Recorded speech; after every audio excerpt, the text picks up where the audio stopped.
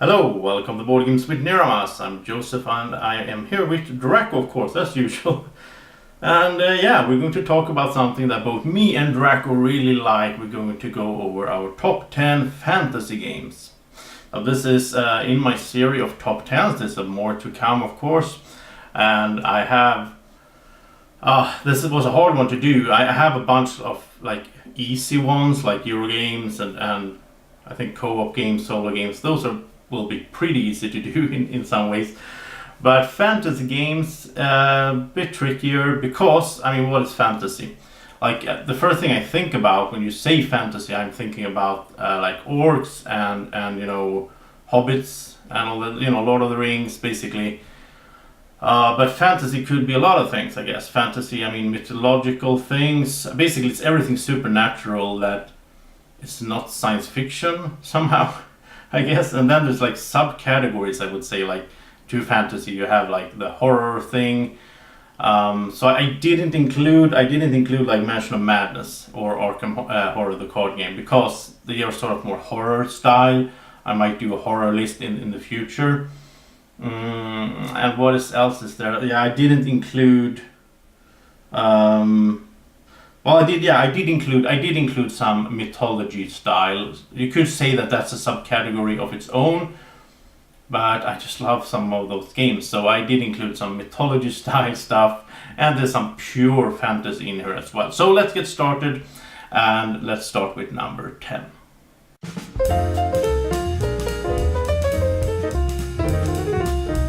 So number 10 on this list is Legends of Andor. This is a pure fantasy themed game where sort of heroes, we have the dwarf and the archer and the knight and all that stuff, the classical fantasy stuff, and we're going to try to save the castle from being overrun by orcs and goblins and all that nasty stuff. And in this game we are it's sort of a Euro style game because we are going around, we're fighting, we're sort of getting new items and getting stronger and so on, we're rolling dice, but at the same time we have this passage of time. So we can do a certain amount of actions in one day, or we can sort of work overtime and push ourselves also to do more stuff, but still you have this time thing that you have to be considerate of. And the game is a cooperative game, of course. We work together against the game, and as the game progresses, as time progresses, we will finally lose unless we sort of solve the issue at hand or the problem. And that time will advance faster when we kill an enemy. And that's the whole thing that makes this game so interesting, because you can't just go around dungeon crawl style and just kill everything, right? You have to consider, can we kill this guy? Is it worth it? Is it better to leave him for a round or two, let him move out of here, and then maybe we can kill him when he gets close to the castle? There's a lot of considerations like that, and that's why I really like Legends of Andor, a really cool one. So I want to play that one more. So that's my number 10. Let's head to number 9.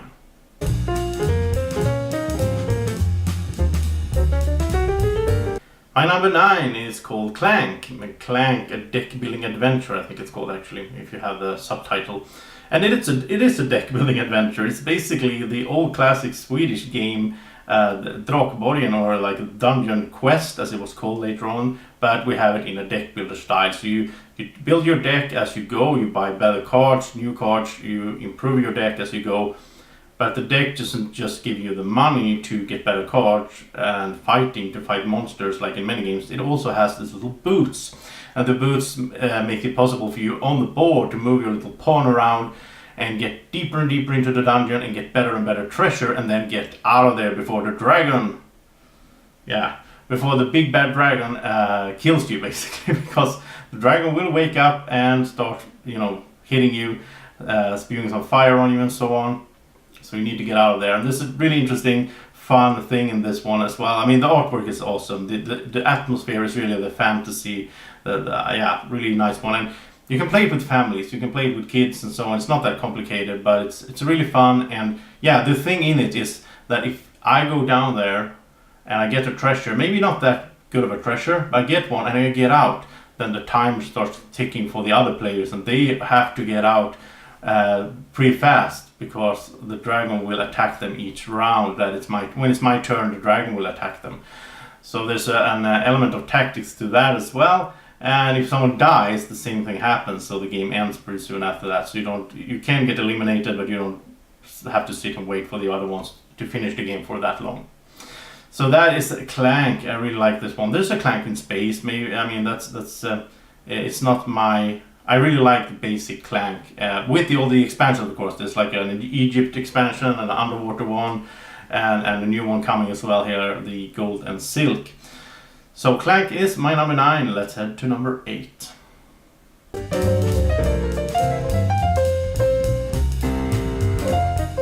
My number 8 for this list is Rising Sun. Now Rising Sun is mythology, of course, but it's fantasy. It's just that it's not like Western Europe fantasy, it's Japanese fantasy.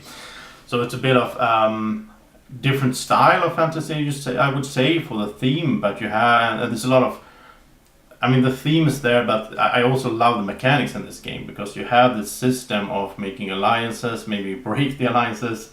You can't sit and turtle. It's a fighting game, it's a war game in some ways, but it's not, you can't just sit there and build your strength, because you have to move around. It's a set collection for scoring, so to get a lot of score and win the game, you need to take different areas, different rounds. And that makes this game so good. Also the plastic miniatures and the look of it is just amazing. I just love how this looks, and the whole feeling in the game is just awesome with these Japanese really scary nasty monsters. And Draco likes this stuff as well. He would be perfect as a monster in Rising Sun, actually. Or, yeah, why not? Make it happen, Eric Lang. I want Draco as a promo. That would be so fun. Anyhow, there's Rising Sun, a really cool tactical war game in some ways, with a lot of interesting twists and turns, and the expansions for this one is great as well. With the gods, you have these, you go and have priests that you send to worship, and the expansion makes it so that you also take control of that god that you're in control of, and you can have him out on the board. Really cool stuff. So I can really recommend Rising Sun, even for Eurogamers actually. They tend to like this one. So that is Rising Sun. Let's head to the next one.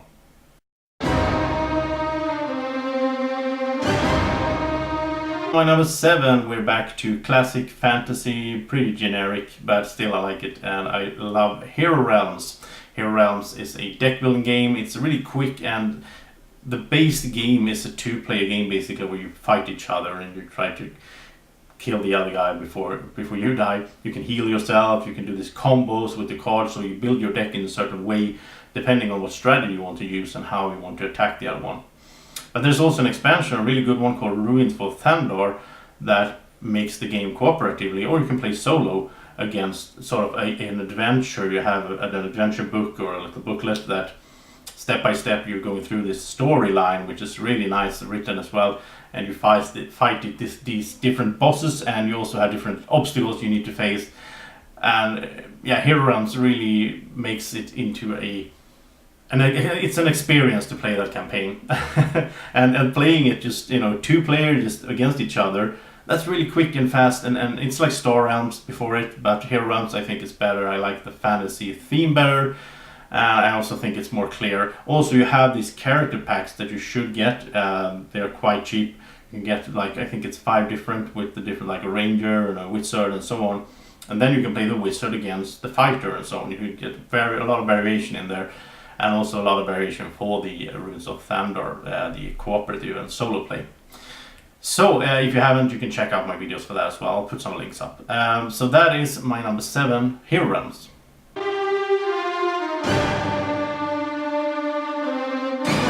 My number 6 is called Near and Far, and Near and Far is, again, somewhat of it's not the classic fantasy world. It's sort of a fantasy world that it's built by it also exists in Above and Below. It's Islebound. Is there one more? I think there's one more.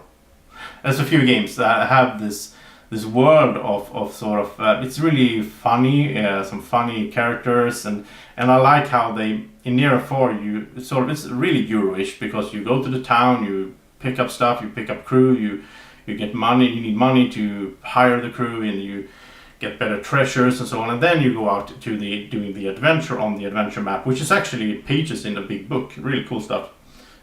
Check that out if you haven't. I think the link is up there. And also in Near and Far you meet these places, or you go to places where there's quests, and then you have this big book of quests, and the other players, one of the other players reads the quest to you, and you get to choose what to do. It's a choose your own adventures sort of in that regard. So you have to like, oh, you meet some merchant, do you want to rob him or do you want to help him out and escort him back to town? You can do this, and depending on the choices you make, you get different kinds of rewards and different kinds of effects. You can even get these side quests that sort of keeps going for you between adventures, and it's a long. You either play it as a long campaign, which I recommend. I'm doing that with Martin. We're like halfway through now, or you can play it as just one game, and then you don't have that storybook. You have story cards instead that you read, so it's more like random. Or you can play it as a campaign, but you sort of the campaign, the story takes place, it evolves around your character that you've chosen. There's a bunch of characters that you can choose. And I haven't tried that yet, but me and Martin were playing the one where we sort of we make a character at the beginning of the game, and then we can level up, we can get new skills and so on in between adventures. Really cool stuff. Near and Far, I can really recommend this one. It looks beautiful. It's one of the most beautiful games I ever seen, I think. I just love this this look of it, as you can see here. And so check that one out, Near and Far.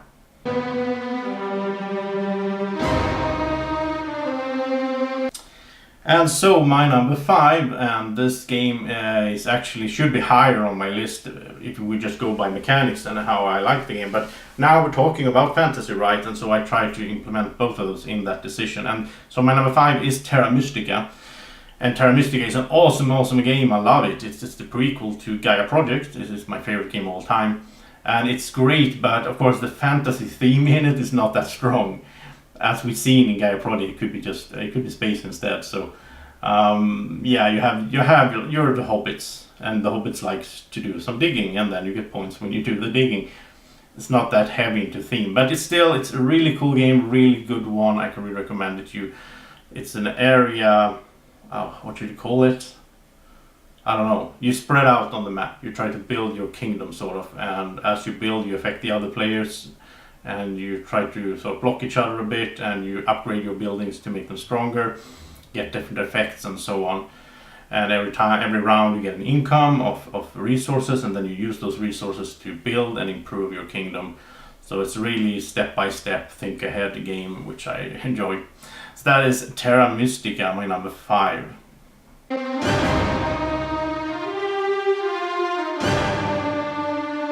My number 4 is a 2-player game, and it's one of my favorite games of all time. It's called Seven Wonders Duel. Now, Seven Wonders Duel in itself is not a fantasy game, because that's more like a historical game where you build a civilization, right? But if you add the expansion with Pantheon, the expansion, which is awesome, if you add that one, then you get a mythological game, a supernatural game where you have these gods that you can get benefits from and so on. So that's what I'm talking about here. Seven Wonders Duels with Pantheon. And it's a 2-player game. It's a card drafting game where you have the cards out on the board and you take turns drafting those cards and adding them to your sort of civilization, and they do different things for you. You can have some military track that you can win by if you move up the military quick enough. You can also go for science, or you can go for scoring at the end to have the most points. And this game is so much fun, and it's so, yeah, I don't think I will ever get bored of this game. It's just so amazing. I can play it a bunch.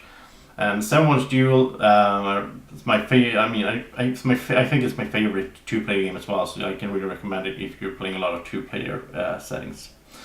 So that is Seven Wonders Duels. Now let's head to the next one.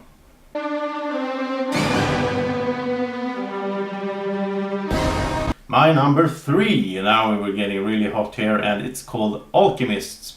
This is a Euro worker placement game, but you also, wow, how to explain this? You also have this big, huge screen in front of you, and you're an alchemist. You're making potions for the adventurers, and you're sitting back here and you're trying to figure out, it's a deduction at the same time, it's a bit like a Sudoku.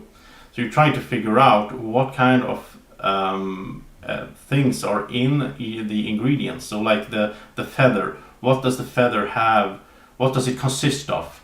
And you're trying to find a plus and a minus and the 3 different colors, and you're trying to find like, is it, maybe it's a green plus and a blue minus, that's, you know, and then the red plus, then that's the feather.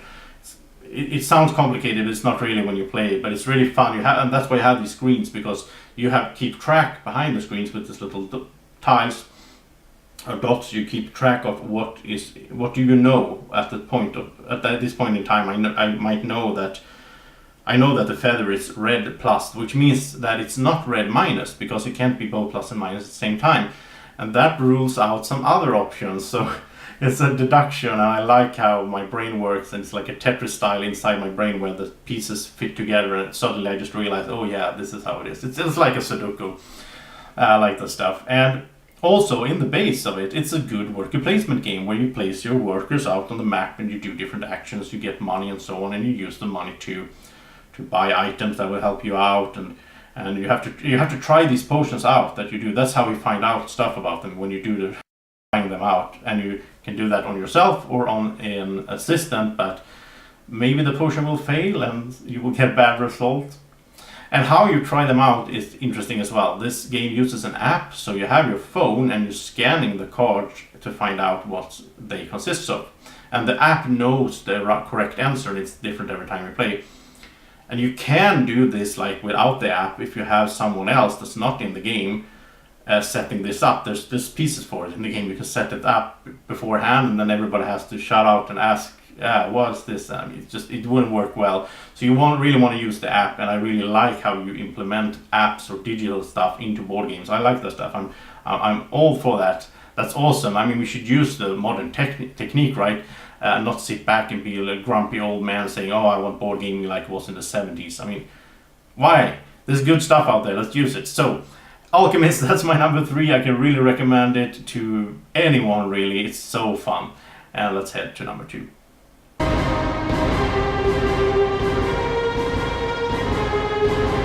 And so my number 2 is a game that I want to play a lot more. I have just played it a few times, and it was a while since I played it now. It's called Spirit Island.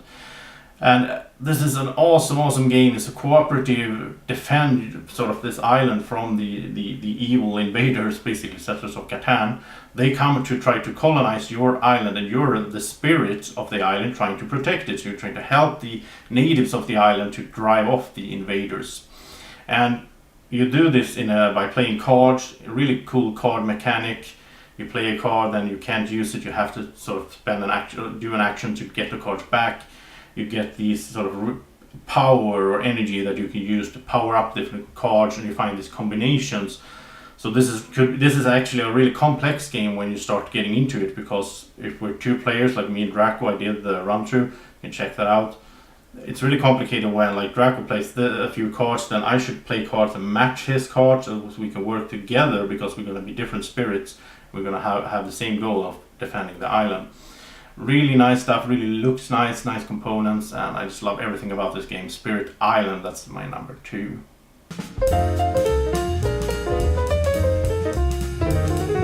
So my number 1 fantasy themed game is, well, maybe it's not a surprise, I don't know. If you've been following the channel, I don't think it's a surprise. It's called Gloomhaven. And Gloomhaven is just so amazing. This is a number 10 out of 10 for me. This is one of the best games I ever played, and I still haven't finished it. I'm scared to pull it out of it's in my wardrobe actually, because it's so huge, the box, so it didn't fit on my gaming shelf.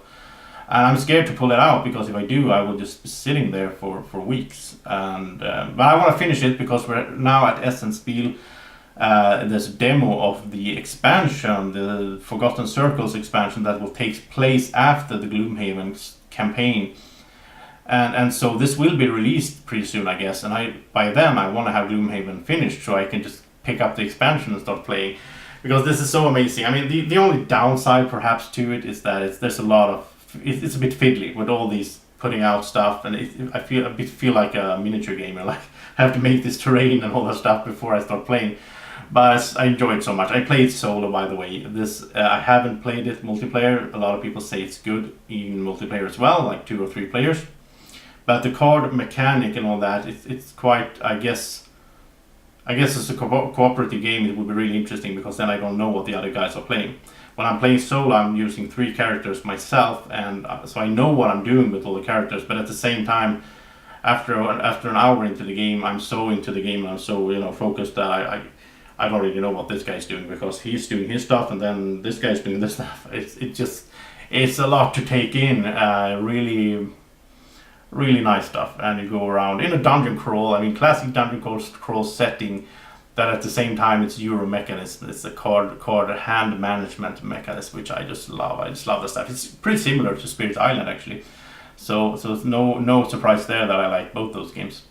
So that is my number 1 game, fantasy themed. And tell me in the comment section, what are your favorite fantasy themed games? What kind of fantasy games do you enjoy? What kind of games make you feel like you're really in the theme, in the setting of the game? Because that's what gets me hooked on these games that I mentioned here. And so in the next top 10 there will be another subject. I'm not really sure which one comes after this one, but check them all out. You can just click the playlist for all the top 10 lists there. And I hope you have a great evening or morning, or whenever you're watching this. Take care. Bye bye. Be like Draco. Follow Board Games with Niramas on Facebook, Twitter and Instagram. You can find us at BGW Niramas.